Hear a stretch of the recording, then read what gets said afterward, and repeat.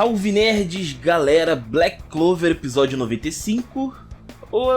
Mais um episódio pra gente sair aí com mais perguntas do que respostas. E meu amigo, esse daqui é praticamente juntando uma concha de retalhos, porque a gente vai ver o passado dos elfos, principalmente o que tinha naqueles flashbacks que a gente foi vendo com o Vetus, com a Fana, né, com o Raya, até com o próprio Lich também. Mas a gente vai ter adições aqui, o que aconteceu entre alguns flashbacks, isso vai fazer toda a diferença.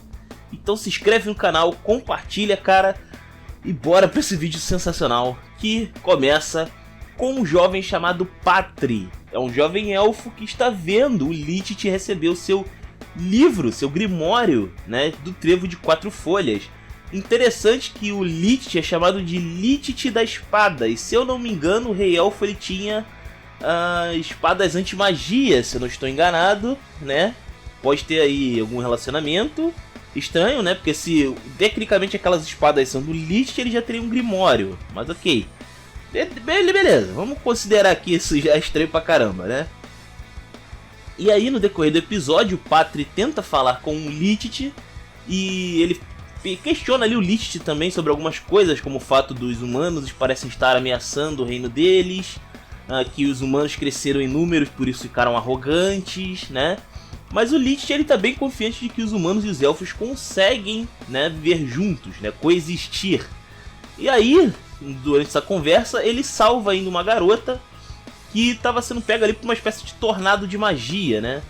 E ele salva a garota, mas do outro lado do tornado alguém também estava ajudando. E é um humano, e que parece com o Rei Mago lá da abertura, né? Pode ser ele, quem sabe, né? Pode ser o primeiro aí, ó.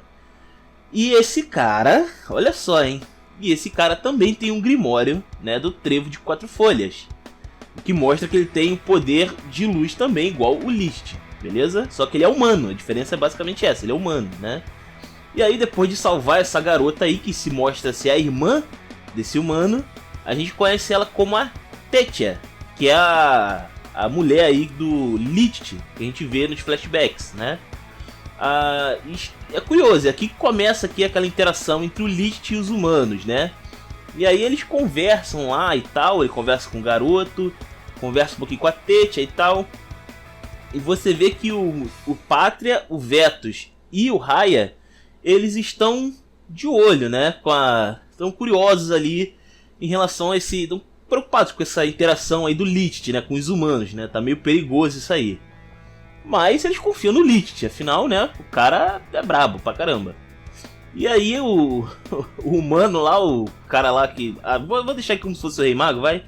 Ele dá um discurso de que os humanos realmente podem ali se juntar com os elfos e tal, unir a mana dos elfos com a tecnologia e os itens que os humanos criam, né?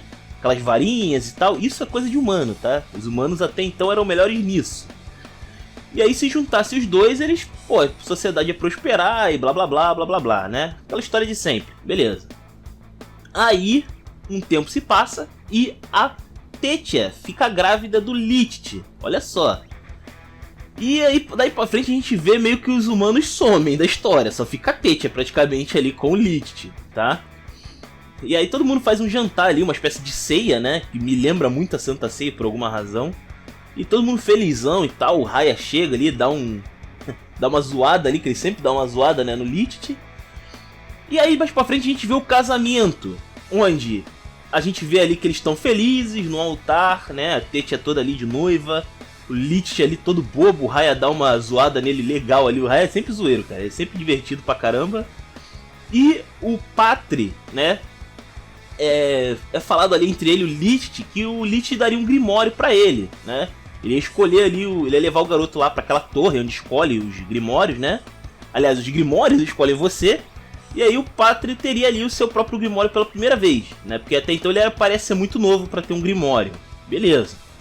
Só que durante esse evento chove, dá aquela chuva de espadas, né, de luz, que a gente atribui ao Rei Mago humano, né? Porque o Lich já... Ele não pode ser ele ali, ele não conjurou nada, ele não fez nada, não tem como aquele poder ser do Lich, sacou? Pelo menos a princípio. E aí os ataques matam todos os elfos, mata a Tétia também, aparentemente.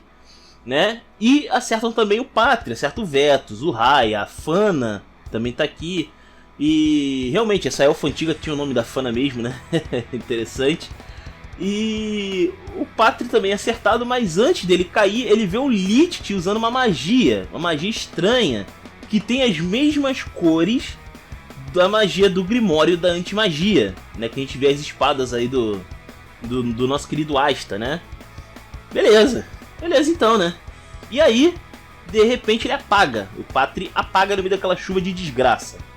E quando ele acorda, ele está numa casa humana e ele tá usando roupas humanas. Mas não só isso, a cara dele, quando ele olha no espelho, ele parece o Licht. O que aconteceu? Não sabemos o que é exatamente, né?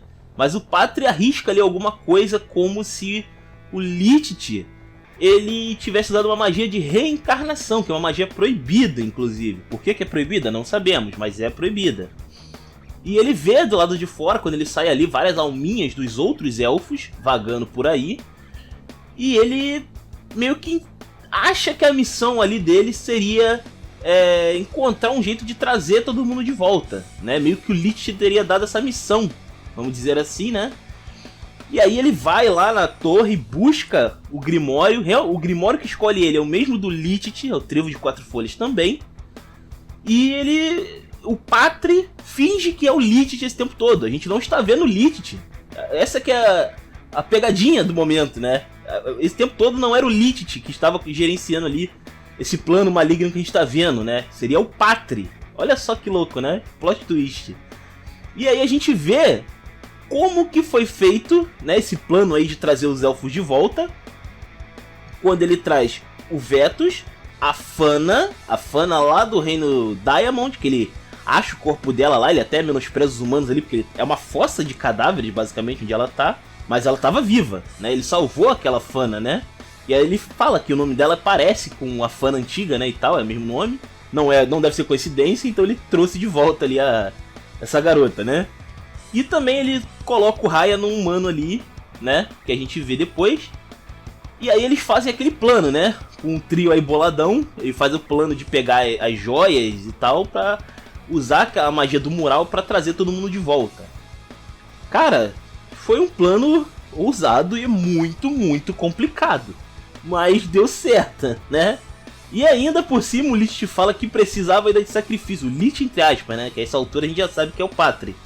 Mas ele fala ali pros 3 minions ali, né? O Valtus, a Seile e tal. Ele fala ali que ele precisava também de sacrifícios, né? E aí o pessoal vira meio que pedra ou algo assim. E a alma das pessoas some, né? A alma desses 3 aí sobe ali e vai pra algum lugar. E com o sacrifício completo, aparentemente os elfos reencarnariam, né?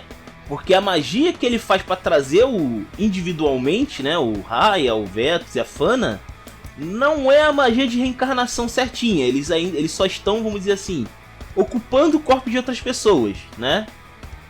Beleza.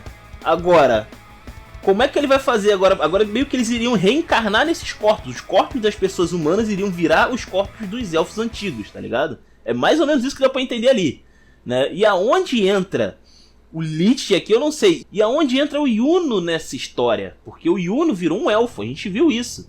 Será que ele sempre teve a alma de um elfo e a gente não sabia? Uau, né?